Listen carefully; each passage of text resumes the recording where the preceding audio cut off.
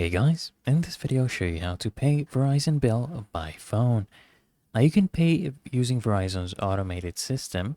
So you can just dial them from any phone on this number. So we have 800-922-0204, and we're actually prompted, you just select make a payment, and then you just enter your Verizon account number or billing phone number, and you just follow the instructions to pay via either a credit card or debit card or even a bank account, okay?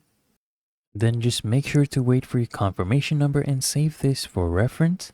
And remember guys, paying by phone with a customer service representative may actually cost you a $10 convenience fee, so just keep that in mind when you're doing this, okay? But otherwise, it's really that easy and simple. So I hope this guide provided value to you.